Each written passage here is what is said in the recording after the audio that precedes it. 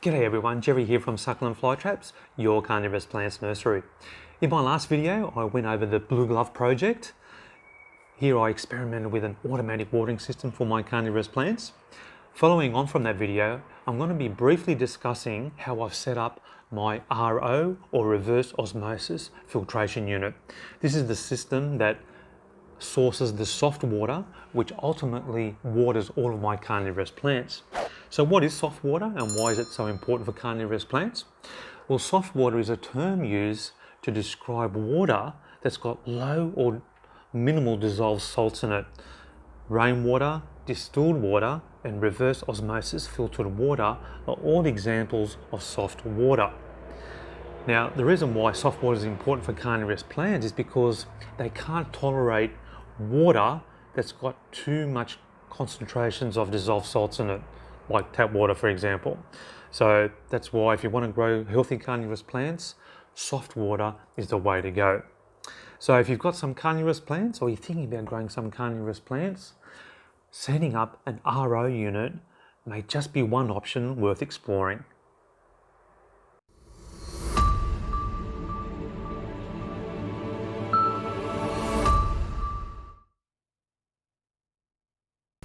Okay guys, so this is of course my carnivorous plants nursery here in my backyard on my elevated wooden platform.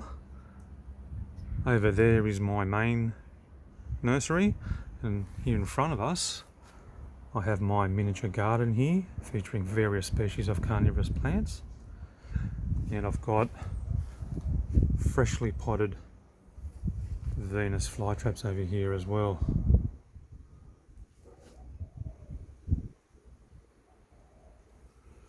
Now I just want to draw your attention to this rainwater tap. When we moved into this house, say about 3 months ago, I was very happy to see this sign over here, do not drink. And also on top, if you can look carefully, you'll see the word rainwater. So of course, rainwater is labelled as soft water, and I knew straight away that I could use this tap to water my carnivorous plants. And of course I can also water my garden here as well. So this rainwater tap is connected to our rainwater tank, and I'm just going to show you that right now.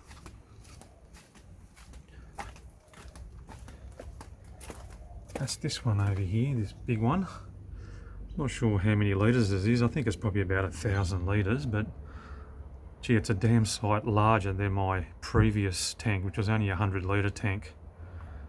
So it's just nice to know that we've got plenty of rainwater here whenever we need to use it. And whenever I turn on that rainwater tap, I can hear the pump kicking in that rainwater tank. That ensures that there's enough pressure coming through that tap and into that hose, ensuring there's water flow from that tank. And just purely out of convenience, I just use this hose here for watering my general garden, but also for filling up this water tray here for my miniature garden.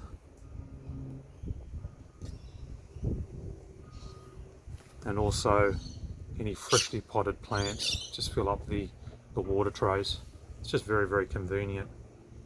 It's just nice to know that it's also soft water. It's also nice to know that it's a very efficient and environmentally friendly way of sourcing water. We're getting all that water harvested from the roof of our house. It's just nice to know that we can use that rainwater whenever we need to.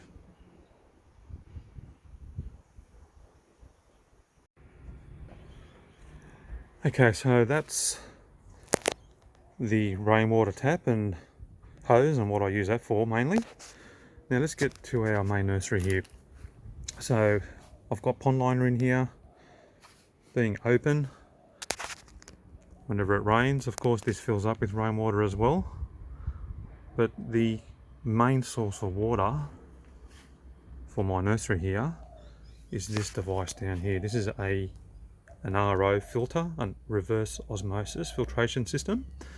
We'll get to that in a sec, but That's hooked up to the mains tap, and water is pumped through this device and comes out as pure water.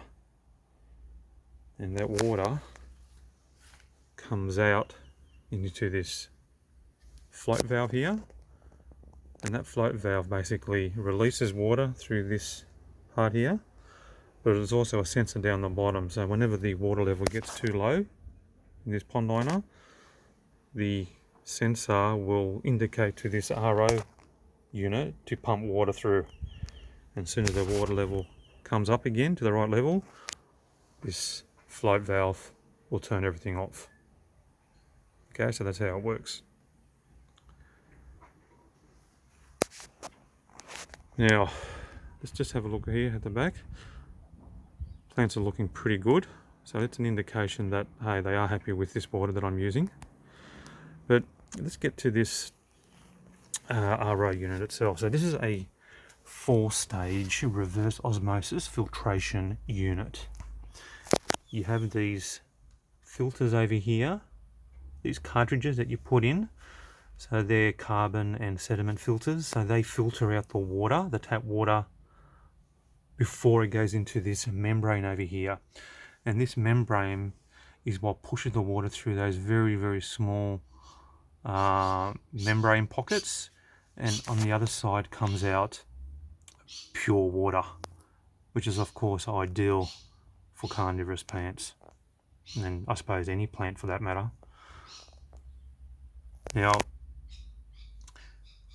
so I just want to go through these hoses over here. So this is the inlet hose. These are 1/4-inch hoses, by the way, guys. So this is a 1/4-inch hose. This is the inlet. So let's just follow that around. That comes up through there, goes past this pressurized storage tank, which we'll get to in a sec. Let's just follow that white hose, hooked it up to that blue one. I should have just kept it white, but anyway, ran out of hose.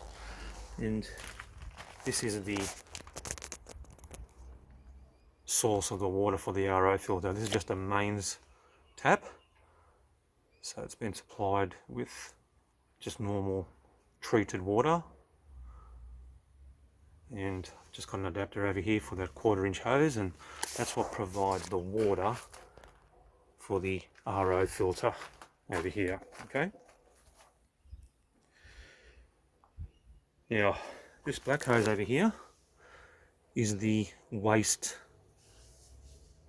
hose. Water is pushed out through that membrane, all the good water, but there's also wastewater that has to go somewhere.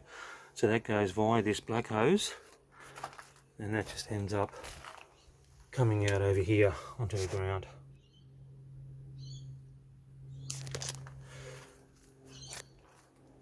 Now, this is the outlet.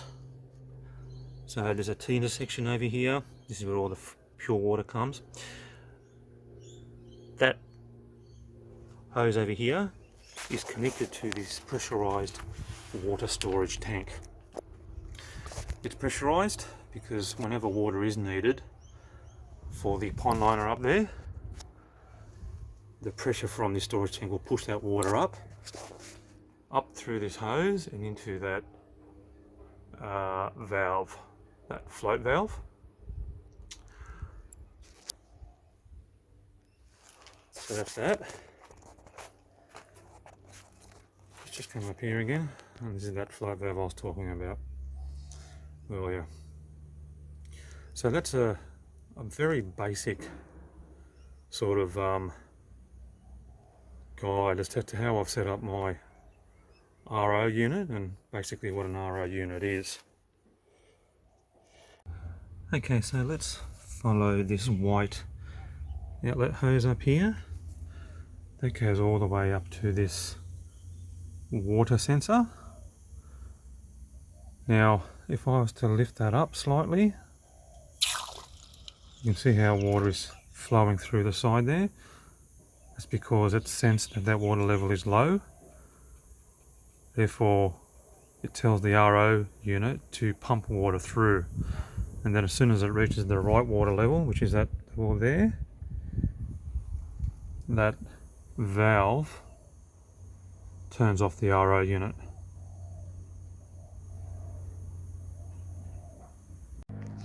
So why is it that I didn't connect my RO unit to my rainwater tap over here? Well, unlike tap water, which is treated, rainwater has a lot of organic substances in it. If I was to hook up my RO unit to this tap here, what would happen quite quickly is that you get biofilm forming around the filters and membrane of the RO unit, and this will quickly degrade the performance of the RO unit, making it less effective at filtering water. Okay, so now I'm going to measure the TDS reading from the rainwater tank. Let's have a look at what that reading is. That's 34 ppm. Quite happy with that. It's well within the threshold of 50 ppm that I recommend. So now I'm going to measure the TDS reading from the pond liner here. That says 12 ppm. So I was expecting that to be a lot lower than the water coming out of the rainwater tank. Of course, this is an exposed nursery here, so all this water here is exposed to any dust particles in the air. And of course, rainwater isn't always pure, so that explains why it's a lot lower than the tank water, but not 100% pure as well. So now I'm going to measure the TDS reading straight out of the RO unit. That says 3 ppm, which is very, very close to being pure water. And of course that was also expected because that's coming straight out of the RO unit. It's not exposed to the elements. So I'm very happy with that reading. So hopefully you guys have a better idea about the different options of sourcing your soft water for your carnivorous plants. Hopefully you've got a better idea of the RO unit, how it works and how you can set it up. It was only very basic, but hopefully it gives you a bit of a foundation to work on. Now, also, if you haven't already done so, look at that Blue Glove project, that previous video, to show you how you can use a valve, a float valve, to set up that automatic watering system for your plants at home. You may be getting a nice collection going, so after a while, if you want to go on holidays, having that automatic watering system really does help. Now, before I go, I just wanted to show you an object that reminded me of my early days of growing carnivorous plants. It's this large plastic container and of course my plastic funnel. Back in the days before I had an RO unit, I'd wait for it to rain and I'd basically harvest water from the side of the road from the puddles that had formed. And whilst it was hard work, it was quite time consuming, especially as the number of carnivorous plants increased. I had to source more water. It was actually fun being outside, and especially after it rained. But most of all, it was really nice to see my plants respond to the rainwater that I had harvested. And it just goes to show a little bit of effort goes a long way. So until next time, everyone, happy growing. Don't forget to subscribe to my YouTube channel, and don't forget to click the bell icon to receive notifications of my next video.